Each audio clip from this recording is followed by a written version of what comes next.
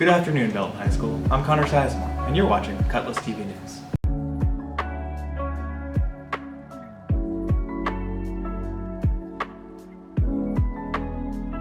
Belton U Matter recently held a community forum to inform the public about drug prevention. Here's Maddie Ruffin and Andrea Gregg with the story.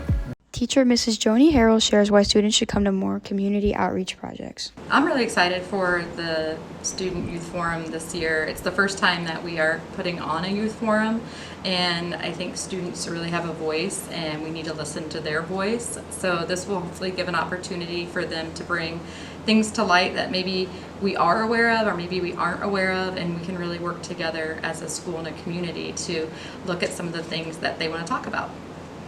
I really think that this will kind of bring together the community and our school, and hopefully working together, that will really give us the opportunity to do the best that we can, to hear out our students and to try to make things even better. This is our first time doing a youth forum in Belton that I'm aware of, so I'm just really excited that we have a fantastic moderator, Casey Johnson. Many of the students feel comfortable with Casey. They know her from First Call, and she came out and did assemblies last year. So I think that that's really important, that students know that they are being heard, and then we'll take action from there. I'm just excited that students will have a voice, and I know a lot of students want to be able to be heard, and I hope that this will give them the opportunity to do so. Student Ava Sullivan shares how she prepares for events like these. Last year I went to the Belton Town Hall meeting, and it just was a really big eye-opener to see how much issues there are with drugs and stuff in our community, especially with some of our students, even some of my friends. And I've always, my main goal has always been to make a difference in my community, so I've always wanted to, just make a change and a difference. So just learning more about a really tough subject like that, and knowing that with the information that I'm going to learn, I can help other people around me, just interests me a lot. So being a part of the youth panel and going to the town hall meeting last year, it kind of gives you a different perspective, from the adults' perspective, instead of just students, because, it is a very big difference in the perspectives. I feel like a lot of adults don't see, as much of what students are going through, and students, our age don't, have the confidence to stand up for themselves or speak out or find help because they don't have a trusted adult. So just getting to be a student that can communicate that with adults, that helps make a difference and just opens things up for students. I prepare just by communicating with all the other panelists and people that would be there. It also helps to just do a little bit of research on your own and learn things that you may have not known before. But yeah, really communication is key. With Maddie Ruffin, I'm Andrea Gregg, and you're watching Cutlass TV News. Football team takes on Webb City Friday night for the second round of district playoffs. Here's Tyler Felicione, Luke Middlestat, and Peyton Don with the story. The Pirates are preparing for their Round 2 matchup against Webb City in the district playoffs. Here's Coach Norris on the differences between the postseason and the regular season. I think overall our team has taken steps forward from the previous season. We've obviously got a better win total. Our team's battle tested. We've been in a lot of dogfights and close games, which I think is going to help us as we move on in the postseason here. We've also had some tough losses against some really good football teams. We're looking at a team that's won every single game against teams that are not state ranked, and we've lost games against teams that are state ranked. So we've got to close that gap and just finish the year strong. I think as far as our football team's concerned, we try to prepare the same way regardless of what time of year it is. We want to give our best mental and physical effort throughout the entire year.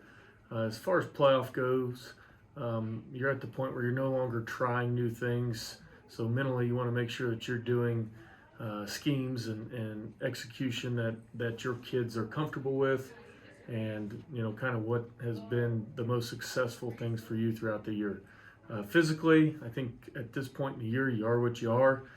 Same thing goes there. You just need to go out there and we have to execute things that we're best at. I think the postseason is different from the regular season in a real simple way, and that's that if you lose, you're done. Your season's over. You're not coming out to practice the next day, and you've got to move on. So some things we've got to do is just narrow our focus a little bit. We've got to make sure that we really understand what we're trying to do within our game plans, and we've just got to execute those and come out with a win. Senior football players Kason Novacek and Aiden Walton share their most memorable moment from the 2023 season.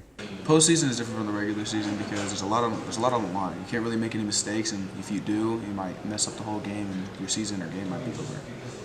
The most memorable moment from the season is probably our senior night game against Raytown. We were down for most of the game until the fourth quarter, 7-20, and we came back, didn't let them score at all in the second half, and won by 1 point. The postseason is different from the regular season because I feel like there's a higher level of play, more pressure, and just a bigger atmosphere all around. The most memorable moment from the season so far is definitely the comeback victory against North Kansas City. Down 10 at halftime, we were not feeling the best, rallied the troops back, came back in the second half.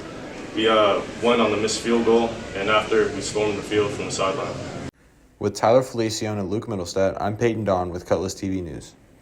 The fall musical Anything Goes is set to premiere next week. With more about the musical, here's Josh McElmore and Victor Cano. This year's fall musical is Anything Goes. Levi Botcher shares what he does to prepare for the show. To prepare for a show, it's a lot of going over your lines outside of rehearsal, and same thing with the dances. You kind of work to get those down, so whenever it comes up, you're ready for it, and you're not trying to get it all memorized last second. A lot of, so I'm also in cross country, so I've had a lot of obstacles with like scheduling, like going to cross country practice and going to rehearsal. But now I'm spending more time at rehearsal, and it's really coming together. All right, thank you. So what I do to prepare for the show is I always am in the theater with a smile on my face, and I go and talk to the actors and actresses and just see how they're doing, because when they have a good day, then I know I'm going to have a good day. I interact with the cast and crew and director to be productive by asking them what they need, making sure they have everything, and when I'm not productive, I go and take a break and refocus myself and then come back in.